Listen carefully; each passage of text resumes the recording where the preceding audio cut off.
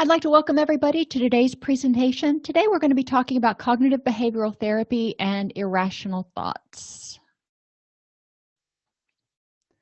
We're going to define thinking errors again and explore the different types of thinking errors. We're really going to focus today on evaluating how these thinking errors, or what I call unhelpful thoughts, in cognitive behavioral, they're called irrational thoughts. I find that a little bit pejorative, so I try to use a kinder, gentler term, but we'll look at how they impact our fears of rejection, isolation, the unknown, loss of control, and failure. And then we'll finish up with reviewing ways to increase awareness of thinking errors in our clients, how to help them address thinking errors, and address basic fears. So remember that thinking errors play a large part in keeping people miserable. Even if everything's going well around them, if they perceive it as negative or they're constantly waiting for the other shoe to drop, they're going to keep that HPA axis, that threat axis, in high alert mode, which is their stress mode, which is going to have negative impacts on their ability to sleep, their eating, their libido, in addition to their availability of serotonin as well as other neurochemicals. So we don't want people to feel stressed all the time. And we found that, for the majority of people, there is a cognitive component to their anxiety, depression, anger, addiction, yada yada. So yes, we need to help them address the physical vulnerabilities. Yes, we need to help them start figuring out how to add happy to their day and feel happier. But we also need to help them address their unhelpful thoughts that undermine them and pull them backwards. Addressing unhelpful thoughts helps people not make mountains out of molehills. We've all had clients who something happens and all of a sudden it feels like the sky is falling. They lose their job and they go from, or maybe even not that bad, maybe they get a bad evaluation and then they're sure they're going to get fired, and then they're going to be homeless and they're going to lose their kids. And I mean, all of a sudden they've played it out to the nth degree of the extreme worst case scenario. So we're going to help figure out how to help these clients look at, yes, that is a possibility, but what is the probability that's going to happen? We'll help them focus on the things they can change. If you get that bad evaluation, let's look at what it said and what can you do to improve your evaluation, or what can you do to respond to that evaluation if you thought it was unfair. And then we'll identify and eliminate thought patterns that are keeping our clients stuck. And that takes some time, maybe a little bit of prodding, maybe a little bit of highlighting. When my clients get upset, if they typically are struggling with anger or anxiety or, whatever the primary emotion is, I encourage them, when they start feeling that way, just to jot down the things they're thinking and not necessarily even evaluate them, not necessarily even do any mindfulness stuff with them at that point in time. But then when we meet each week, we put all those papers out on a table so we can see them together. And we look for common themes and common thought patterns that might be keeping people stuck. Because a lot of times these thought patterns relate back to things that they learned, and I use that term kind of loosely, as they were growing up, that they never challenged. And those thoughts are now unhelpful. They may have been unhelpful back then, and they're still unhelpful, but possibly they may have been helpful back in the past. And we'll look at that in a second. Cognitive distortions, if you remember, take a thought and manipulate it to fulfill your expectations of a situation, create that self-fulfilling prophecy, or conform to the negative headspace. So if you're in a bad mood, you're probably going to see the negative stuff and not the bunnies and the deers and whatever else. Irrational thoughts, or unhelpful thoughts, are beliefs or thoughts that people may hold that are usually extreme. They involve, and we'll see, most all of them involve one or more cognitive distortions. They tend to be unrealistic, hence the fact that they're extreme. And it sets up the scenario to create feelings of failure, inadequacy, and disempowerment, such as, I must be liked by everybody all the time. You can see how nobody is going to meet that. So it sets them up for feelings of failure and inadequacy. And there is nothing we can do to make everybody like us all the time.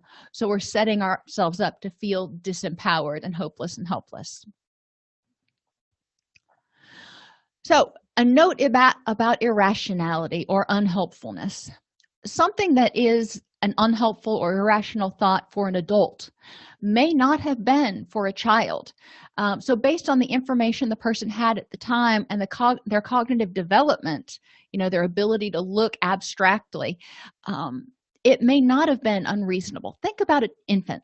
You have an 18-month-old standing in the crib screaming bloody murder, or maybe even 6-month-old, and screaming bloody murder because they're scared. They're standing up. They don't see mommy. They don't see daddy. And when we don't see mommy or daddy, then mommy and daddy are gone. In an infant's mind, in a very, very young child's mind, they don't have object permanence. So knowing that mommy or daddy are going to come as soon as I cry is something that they've got to learn. So for them to be afraid when they wake up and they don't see mommy or daddy there makes perfect sense. Now, as they get older and they learn, that when you put something under the blanket, it's still there. When mommy or daddy can't be seen, as soon as you cry, they'll come. Totally makes sense that you start changing those thoughts. But think about a child, and unfortunately, I've worked with a lot of people who grew up like this.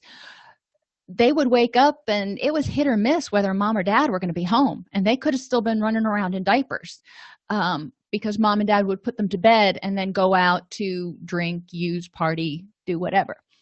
So it's important to understand that even if something developmentally seems like they should have outgrown it, we need to look at what that person went through.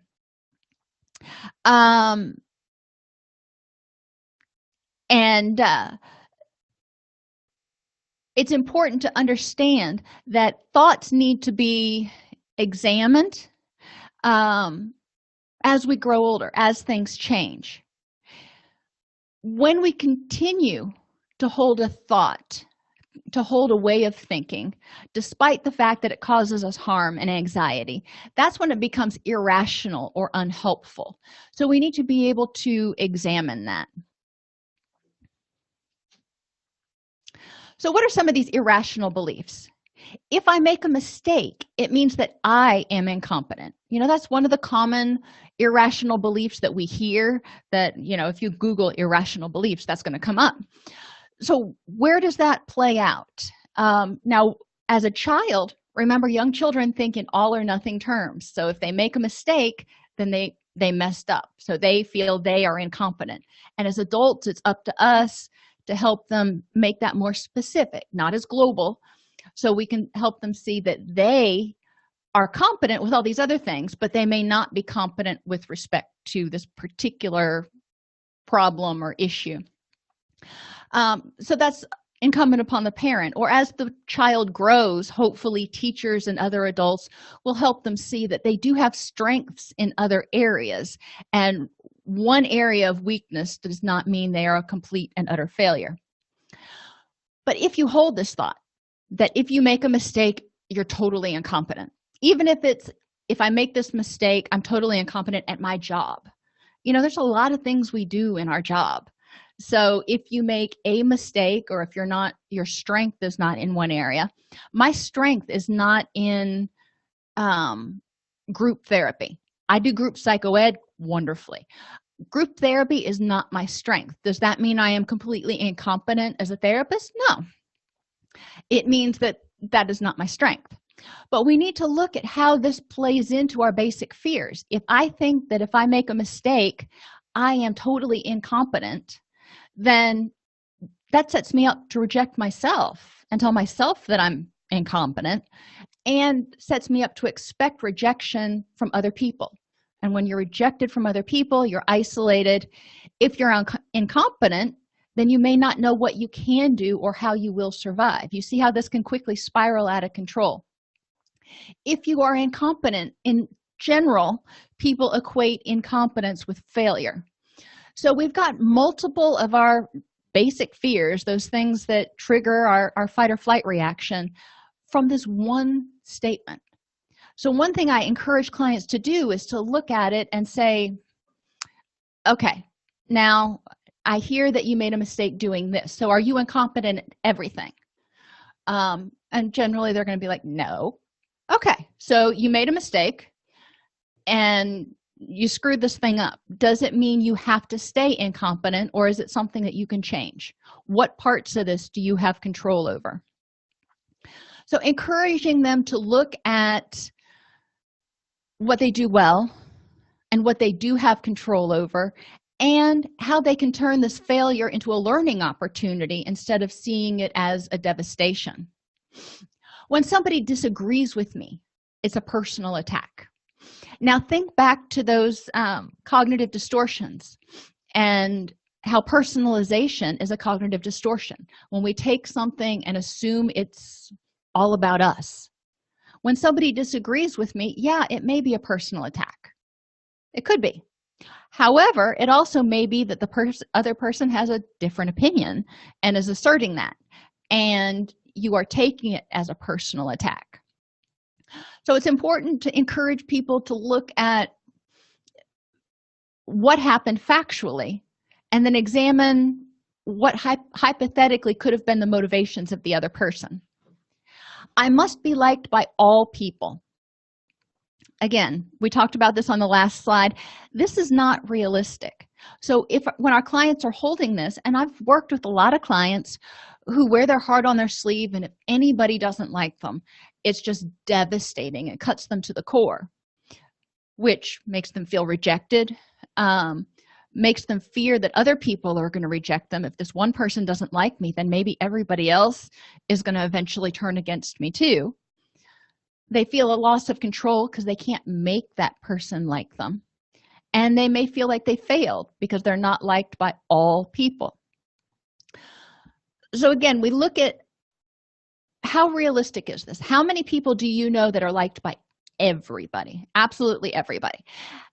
And I have yet, thankfully, knock on wood, to find a client who can identify anybody. So we start there. We start with the evidence and say, okay, now how does this other person deal with it if somebody doesn't like them? And start looking at that.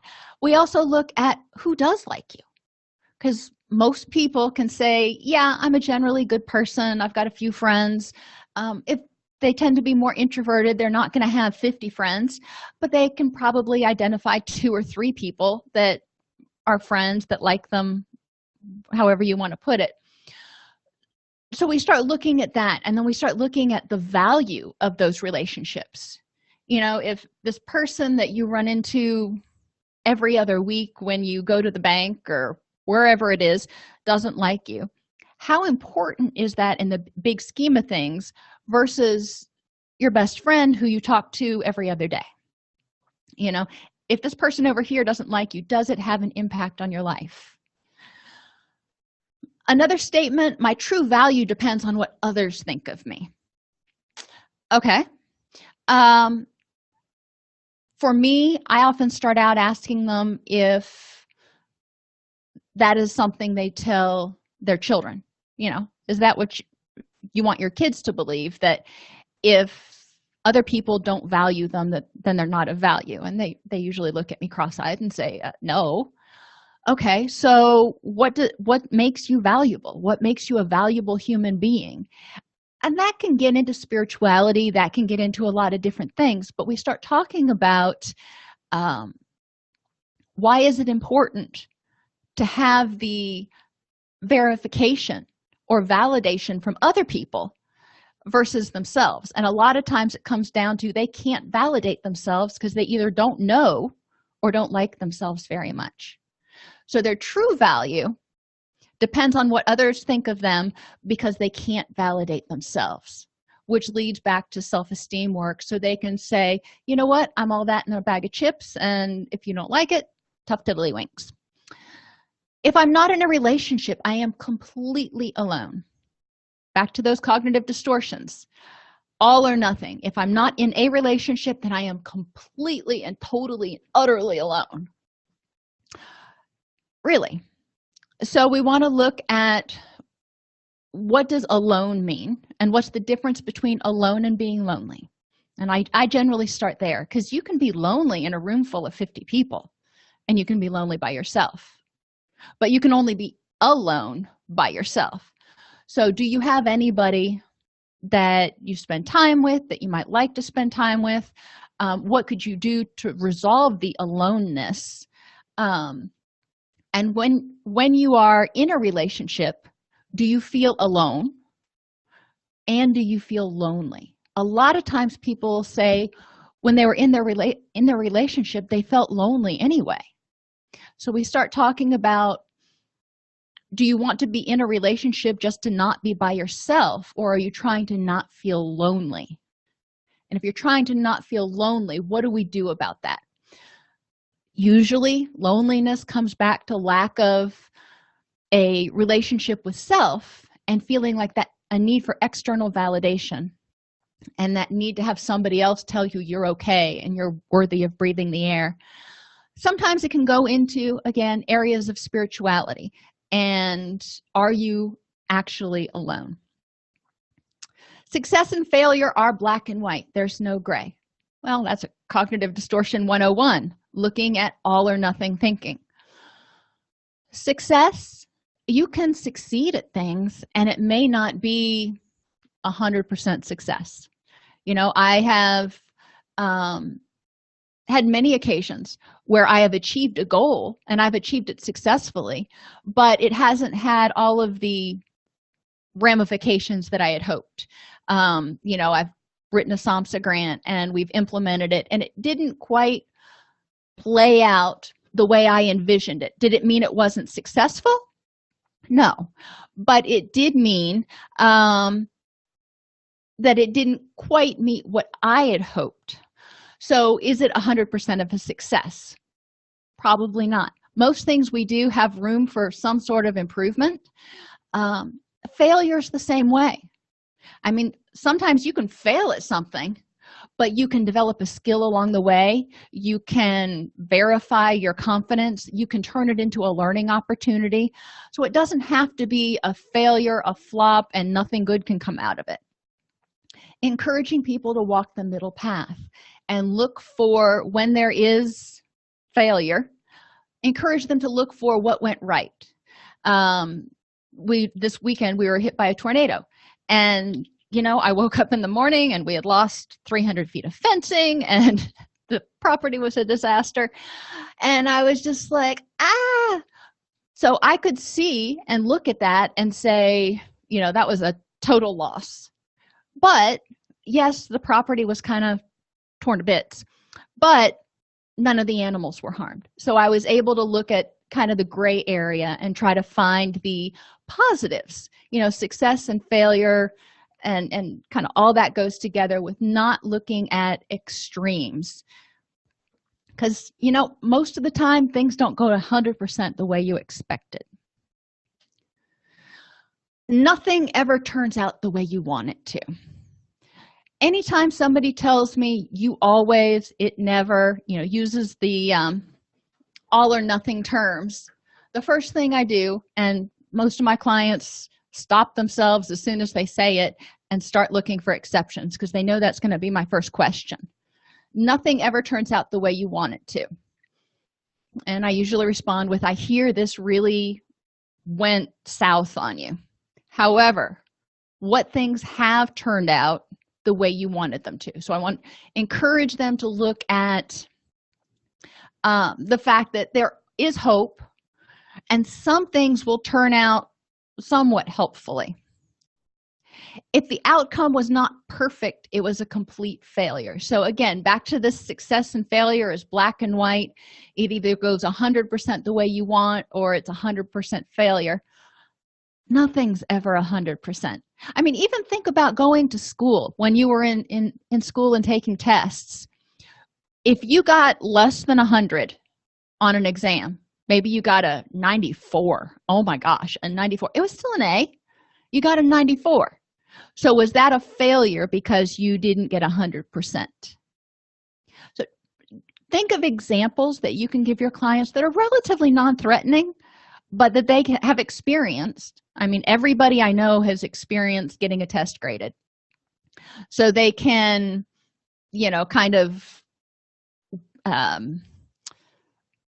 understand where you're coming from there. And then you can move up to something that's a little more present and personal. But encouraging them to look for, okay, it wasn't perfect. If you've anything that you've done, anything that you've planned, especially the more involved something is, if you're planning a conference or a big party or a wedding or something, it's probably not going to go 100% the way you anticipated it. But was it a complete failure? So you want to look at what went right, and if you're going to do it again, what can I learn for the next time? If you're not going to do it again, of the things that went wrong, is there anything I need to hold on to address, or do I just need to let it go and focus on the positive? If something bad happens, it's my fault. And this is something to think about with a lot of our clients who tend to take everything very, very personally. If someone gets mad, it's their fault. If the sky turns gray, it's their fault. My mother tends to be like this, and my stepfather makes fun of her in good fun. He's not ugly about it, but she will take everything. If somebody has a bad day, if somebody is not doing well, if she can't fix it, then it's her fault that they're in a bad situation. Taking responsibility for things that are out of your control. So one of the things I encourage clients to do is to look at what is and is not in your control. Whether you use the serenity prayer or not, you can just ask them, what parts of this do you have any control over? If you're driving along on the highway and you get a flat tire, that sucks, no doubt. And it's bad. Is it your fault? Even if you checked the tires before you left to make sure they were all inflated correctly and there were no nails in them and whatever, you could have run over a nail. Should you have expected yourself to see a nail on the interstate at 70+ miles an hour? No, it's not realistic. Sometimes bad things just happen. Now, what you do have control over is how you react to it. So if you get a nail in your tire and you get a flat on the interstate, you can let it throw you into a tizzy where you can't think and you can't get help and you can't change your tire, or you stop, you take a breath and get into your wise mind and figure out, okay, what's the next step? The past always repeats itself. Well, that's true. A lot of times the past repeats itself, but I'm wondering why. And this is a philosophical question you can kind of debate with clients, or have with clients, if you will. When the past repeats itself, why does that happen? If somebody did something poorly before and they try to do it again and they still do it poorly, why did that happen? Well, generally it's because they didn't learn from their mistakes. Think about when you taught your kids to tie their shoes. The first time you tried to teach them, they probably didn't pick it up. Maybe not the second time. Maybe not even the third time, but hopefully they're getting a little bit better. And if they're not, and you keep trying to teach them the same way, then the past is going to keep repeating itself. If you keep trying to teach him how to tie his shoe with the whole bunny rabbit and through the hole and stuff, and that's not cutting it, then you may need to step back and figure out a different way to present the information so the child can learn better. Same thing's true for us. One of the questions comes in, what if the clients externalize or throw blame on everybody? For example, blaming someone else when something that goes wrong is out of their control, which happens a lot. If you wouldn't have, then this wouldn't have happened. That's true, possibly. However,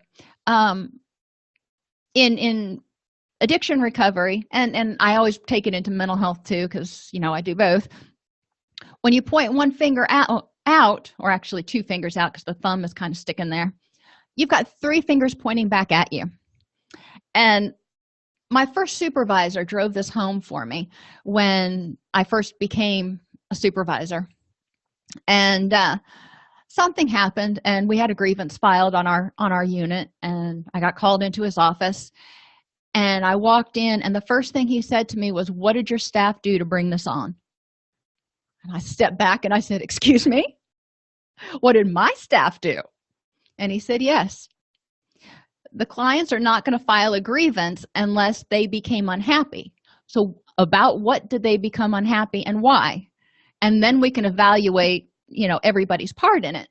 So we needed to step back and look at what everybody's part and perception was in the situation.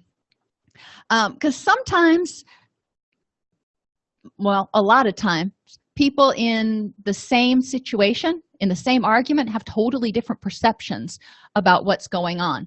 So encouraging people to say, all right, I hear you saying that such and so did this and it contributed to the problem. That's true. We can't necessarily control someone else's behavior. What is it that you can do in this situation in order to help yourself get through it? And sometimes there are situations in which the other person does choose something that is, they make a choice to be vicious or vindictive, and we can't take that away and go, well, you brought it on yourself, because this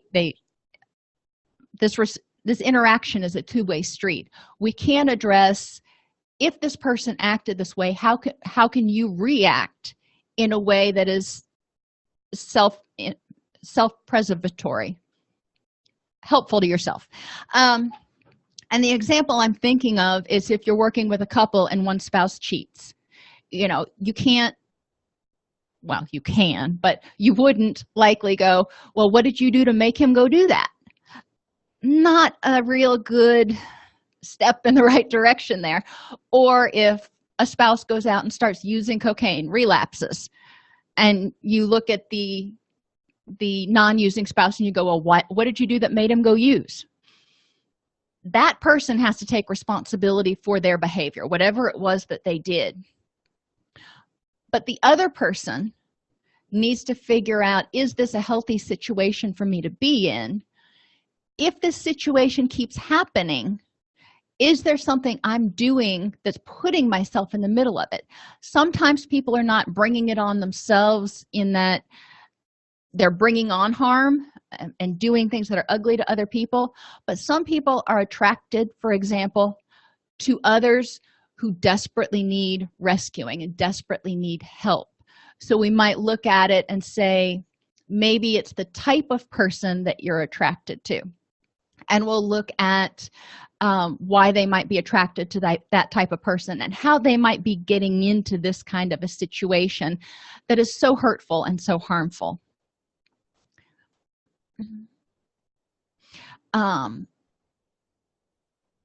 Our reactions do matter, because communication is a two-way street, not necessarily about who is right or the most objective, is what you say. And that's true. I mean, everybody has their own perspective of what's right. The person who was unfaithful is going to say, well, that person did this, this, and this, which just led me to not be able to take it anymore. And the person who was cheated on is going to say, well, that person did this, this, and this, which, everybody has their own perspective of why they were right. So we want to look at the middle path and kind of put the stuff all out there and figure out how the person can best maintain their sense of self and their safety and their boundaries, and work with the situation. If they keep going back into the same bad situation, we need to look at what's the motivation for doing that. Instead of saying, well, you keep doing this, so you get what you deserve, we look at it and go, what's the motivation to keep going back into this heartbreaking situation? What are you looking for? Why is this unfortunate situation more rewarding than being alone, for example? We want to help people figure out why they do something, and if there's a better way to meet that need, how to do that.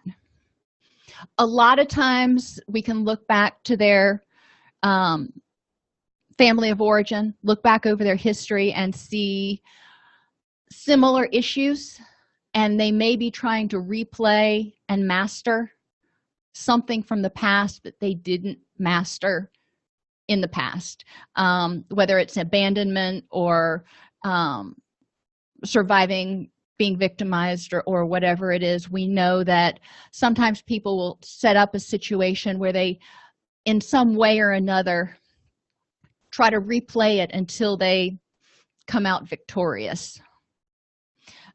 But I generally start by not assuming I know what's going on, but I do look at what, if they say if something bad happens it's my fault, I stop and go, okay, what parts of this did you have a part in? So I'm going to give you credit where credit is due if you want to take credit for it. If they say if something bad happens it's always somebody else's fault, all right, well, let's take a look at that. If this person always brings this kind of tragedy and misery onto your family, why do you keep going back into the relationship? And we see this in substance abuse recovery a lot. This is frequent, where somebody says, I'm in recovery, they're in recovery for a while, they relapse, they come back, they steal everything, they hawk it, and then the family's homeless, and the non-using partner comes back and says something bad happened and it's his fault. And you may look at it and go, yeah, you're right, it is that person's fault, they relapsed. However, how can we help you stop putting yourself in a position where you are going to be part of the fallout? So quick help for people, having them keep a little card in their wallet of specific questions that they find helpful to kind of jar them out of their emotional mind. What's upsetting me? You know, I had a client come in last week who said, you know, I came home and I was just angry. I don't really know what I was angry about. I was just kind of angry. And as we talked, we figured out some of the things that were coming up. But have them sit down and just start jotting down what they're thinking, what's upsetting them. I'm angry because. If they have nowhere to start, have them start out with that leading in their statement. I'm angry because. Ask themselves, why is this upsetting me? Why is this bothering me so much? And they may or may not have the answer, but if they ask themselves, then they might find an answer. Look at the facts, not the emotions, but the actual cold hard facts for and against this belief.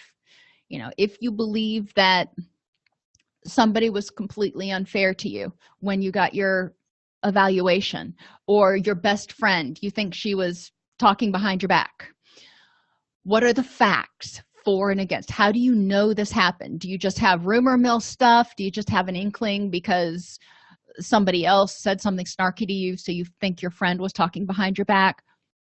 Are you just, where are the concrete facts that we have?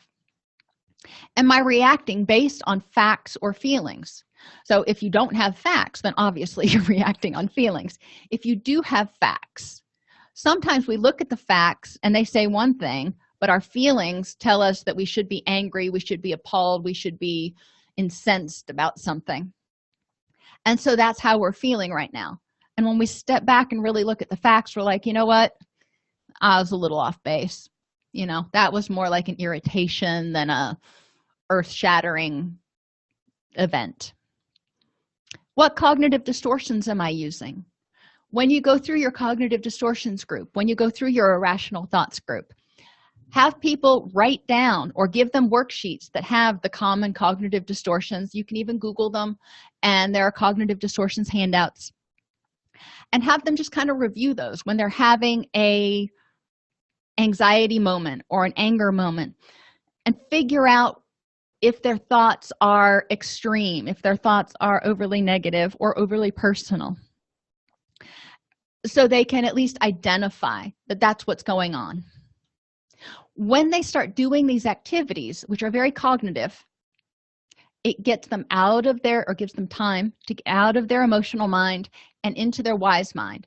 So if they can start doing something, even if it's, you know, you can do just stress tolerance activities or whatever, or if they start doing one of these worksheets where they're focusing on something that's more objective, more factual, more from that logical, rational mind, It helps the adrenaline bleed off so they can get into their wise mind and then make better decisions.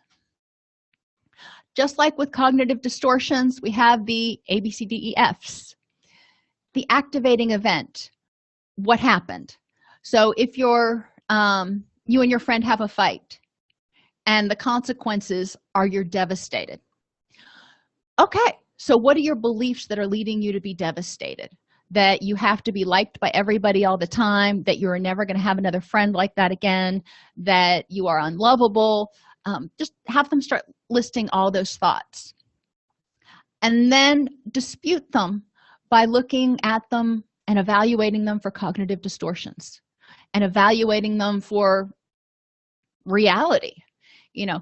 Is it even realistic to expect everybody to expect yourself to get along with somebody all the time and never ever have a fight? Is that a realistic thought? And have them think about other important relationships in their life, like with their kids or with their parents or somebody who they love and they're close with, because generally you'll find they've had disagreements. Evaluate the most productive outcome. Once you've gotten through all the beliefs, what do you want to do about it? So if you've had a fight with your best friend, you're devastated about it, you go back through the beliefs and realize, you know what, it's not uncommon to have a disagreement, and it probably doesn't mean this person hates me forever and always. So is this worth my energy? Well, this is my best friend, so yeah, probably. How can I best use my energy to deal with it? What do I need to do now to address whatever this argument was about?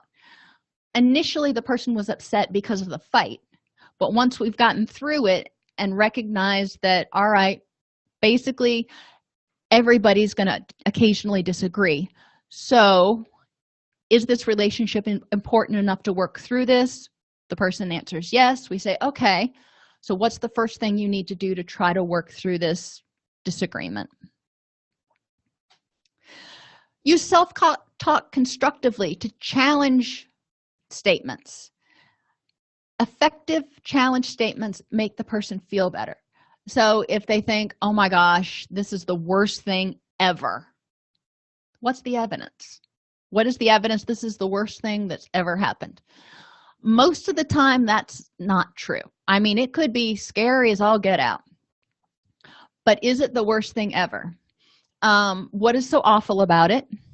And, sometimes there are going to be some awful things. So encourage them, again, to walk the middle path and look for what are some not so awful things. Did anything good happen? Did anything not so awful happen? You're a regular human being and have the right to make mistakes. So encourage people to accept their fallibility as being human. You can also encourage people to unhook. Constructive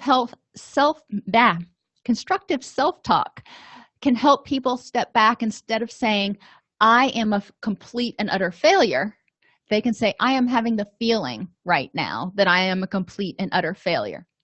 Now, we can do something with feelings. Feelings are like somebody handing you a grocery bag. You can do something with the grocery bag. You can figure out where to put it. You can put it all away. You can hand it off to somebody else. If I say I am a complete and utter failure, then that's me. That's internal. That's completely global and stable. So encourage people to unhook from their feelings, and this comes from acceptance and commitment therapy. And insert the phrase, I am having the thought that, or I am having the feeling that I am a failure, or I am unlovable. And then what are you going to do about that thought or feeling?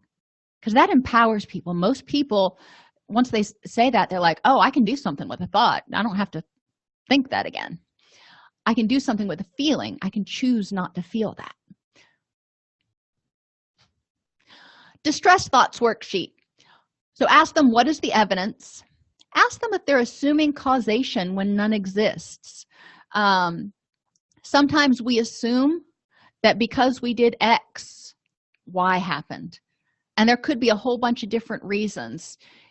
Maybe I was late to work and the boss was walking down the hall at 11 o'clock and saw me and didn't even look in my direction. Well, was he acting that way because I was late this morning? Or was he acting that way because he just got out of a meeting at senior management that didn't go well? Or he had something else on his mind? So assuming that personalization, assuming that causation happens when none exists. There was a television show, one of the Marvel comics that we were watching, and one of the heroes is a billionaire who was lost, and he comes back as a superhero and he's supposed to save the world. Well, his show flopped. I mean, it really did not do well, and I can tell you from watching it, I can see why. But his explanation to the media was because he was a billionaire that was put in charge with saving the world at a time when Trump is leading the free world, and too many people made the correlation between him and Trump, which is why his show failed. And I'm like, have you watched any of these?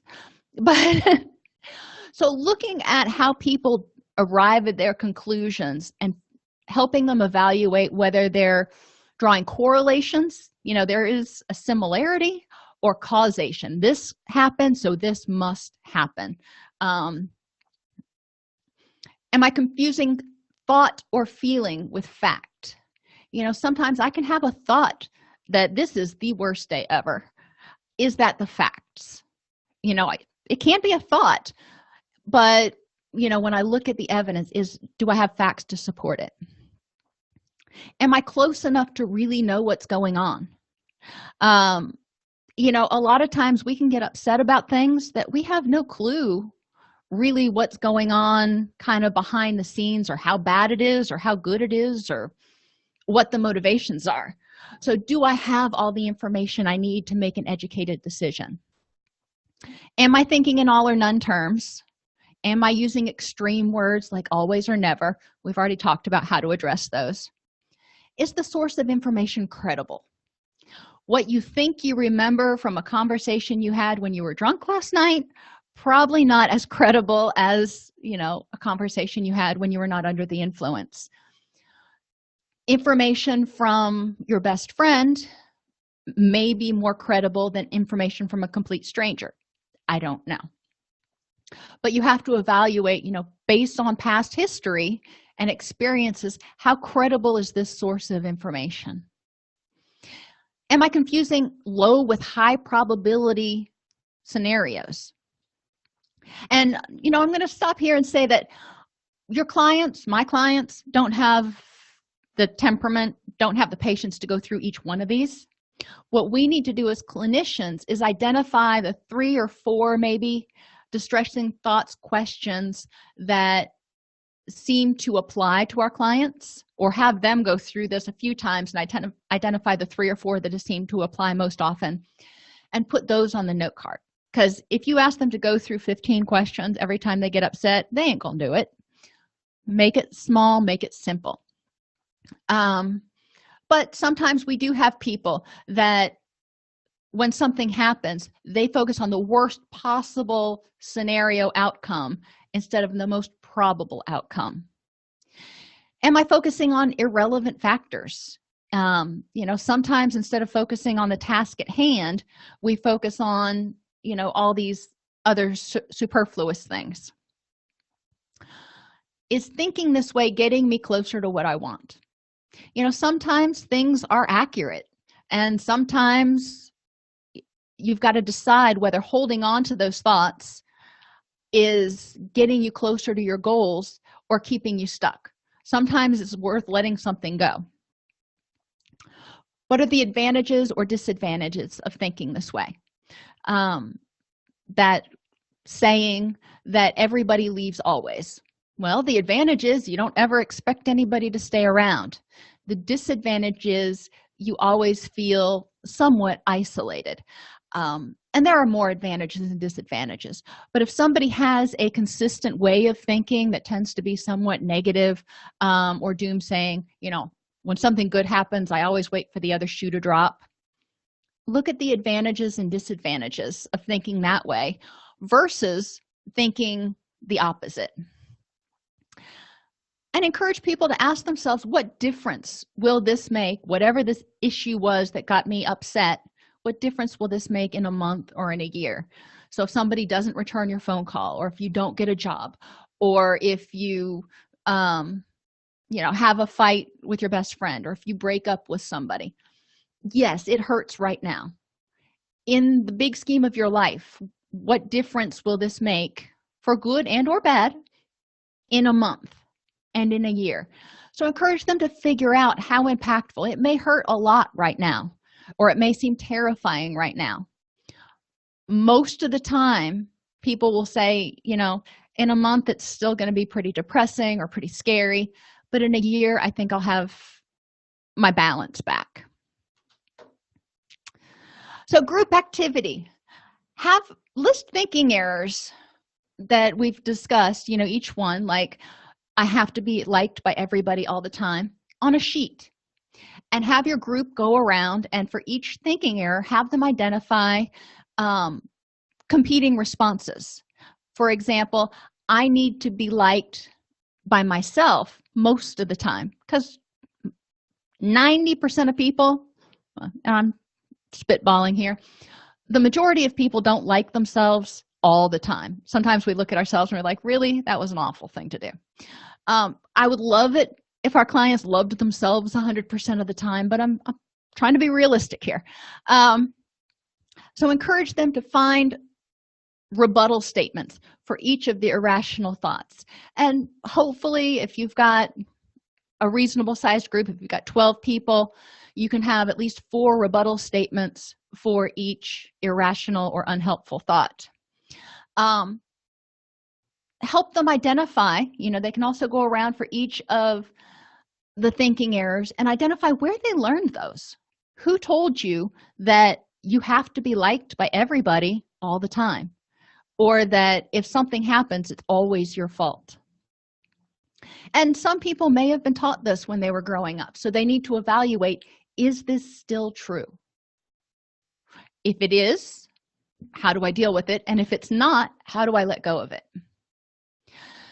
Any thinking errors your clients want to hold on to, and some people will hold on to this because that's the way they believe. And I have one client who has that belief that everybody always leaves, and it's just safer to think that way, and he is unwilling to let go of that. He can see how it causes him distress, but the pain that believing that somebody's going to be there and then them leaving, or possibly leaving, is too painful to even think about facing. So we start talking about, okay, well, how can we, if you're going to hold on to this belief, how does that impact your relationship with your kids, and how can you minimize its negative impact on your life? Hopefully, eventually, he'll decide that some people are going to stay around forever, but that's not for me to tell him. That's for, at a certain point, he's got to figure out where he stands with it and what he's willing to believe. So CBT is a technique that helps people understand how thoughts create feelings and vice versa. So if you have a negative thought, it's probably going to trigger a stressful mood, and if you're in a bad mood, it's probably going to lend you to interpret things through a negative mindset and notice the negative instead of the positive. It also helps people identify and address negative self-talk. I mean, you can have them identify and address positive self-talk too, but most people don't care about that. So we want to have them address negative self-talk. I guess with positive self-talk, you could encourage them to start adding positive mantras and positive self-statements each day, in order to buffer against the negatives. Issues and events from the past don't need to continue to negatively impact a person, but a lot of times we'll find that their irrational or unhelpful thoughts were formed around events in the past, and it helped them survive that experience. So we need to help them look at the now and say, all right, that happened back then. This helped you survive till now. Is it still helping you? These thinking errors are learned, and they can be unlearned. The thought patterns help to form and maintain a negative or vulnerable self-image. So if somebody has a lot of unhelpful thoughts, they're bombarding themselves with this negativity all the time, and this guilt and the shame and all this other stuff. So if they're continuing to do that, they're going to have a hard time feeling happy and worthy and all those things we want them to feel. So helping them identify their negative thoughts and then start being willing to take a look at them and take a look at their veracity. And it's a process. People don't just come into your office and go, oh yeah, you're right, I am thinking all these things and they make no sense at all. No. It takes a while for us to help gather evidence to help them see that there might be some alternate explanations. But also helping healthy thought patterns will help people feel more empowered and worthy of love and acceptance, and they'll be able to provide their own self-validation, so they'll feel less lonely, and they'll always feel like somebody loves them because they love themselves. All right, are there any questions?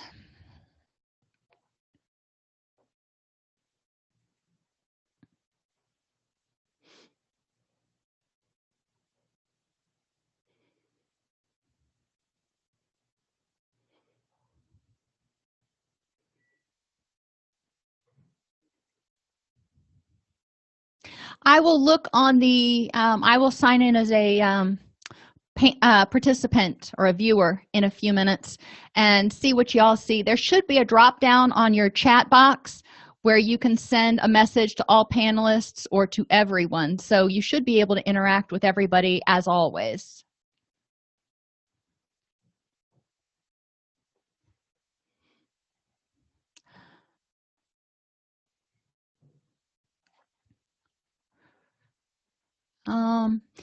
Would I say CBT can work for individuals diagnosed with schizophrenia or some memory loss?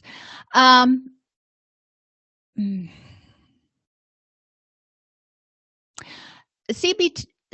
is not going to work with schizophrenia in terms of addressing hallucinations and delusions. What the person with schizophrenia believes is their reality. However, there are people with schizophrenia who also have negative self-statements about themselves, about their power, about what they can do. So to the extent that you're using it to address mood issues as opposed to psychosis, I think cognitive behavioral can be very helpful. With people with schizophrenia, depending on where they are with their medication and their lucidity, you may need to write more down. I've worked with some people with schizophrenia who were just brilliant. So, not saying that people with schizophrenia are not smart, but sometimes on their medication or in the middle of a psychotic state, they have a hard time processing all the information. So if you write it down and they can go back and review it, it tends to be helpful. As for memory loss, if it's, maybe they have some amnesia versus like dementia. If you're working on stuff in the present, they may not remember what the issue was that triggered the negative thoughts. They may have blank areas in their mind, blank time spans in their memory from their childhood, and that's okay. What I tell them, and I believe, obviously it hasn't been proven, but what I believe is that our brain will block out and only allow us access to what we can handle at that particular time. So eventually that stuff may become open, but it may have been too traumatic where it may not have been solidified. And there's a whole lot of biochemical stuff where you can speculate why that might happen. But I try to not focus on, let's look in the past and figure out why you think this way. Especially with those clients, I say, let's look at why you think this way and how is it helping you achieve your goals? What can we do when something like this happens to help you deal with it in a way that helps you move forward toward your goal of being happy, whatever that looks like for you? So I think with memory loss in terms of something that's happened, CBT can also be helpful, especially for helping them deal with their cognitions in the present. If they've got ongoing memory loss, such as with dementia and Alzheimer's, that's probably going to be more problematic. I don't have a whole lot of experience working with those clients. I had one client that had alcohol-related dementia, and it just kind of depended on the day, and we just met him where he was at cognitively and emotionally.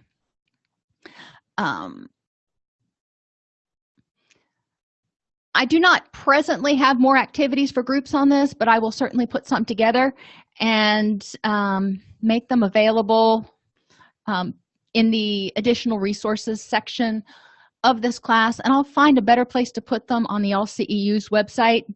I'll create a tab. That's what I'll do. I'll create a tab on the AllCEUs website that's called resources, and anything you guys ask for like this, I'll put there so you can access it even after your class access expires. So let me write that down right now. Resources.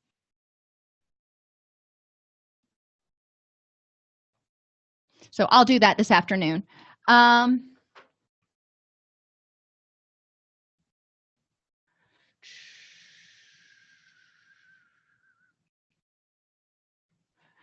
Alrighty, if there are no other questions, have a wonderful day. I did want to tell you before you leave, Thursday's class is on HIPAA and high-tech confidentiality and ethics. It is a mind-blowingly stimulating class, let me tell you what. Sarcasm inserted. It was a little too long, so I've broken it into 2 parts. The first part is going to be the regular 1-hour class. You can take your quiz, get your certificate, and be done. If you want to stay for the second part, that's included in your what you've paid. So you can stay for the second part if you have time and get an extra live interactive hour for that. So just let you know, you will get your 1 hour. We will have a little like mini 2-minute break, and then I'll go into part 2, so you can get 2 hours on Thursday for ethics if you need live interactive ethics. And then next Tuesday is risk management, and next Thursday is disaster planning. All of them ethics oriented, because I know some of y'all have to have a live interactive ethics. So that's all for today. Have a wonderful, amazing day and tomorrow, and I will see y'all on Thursday.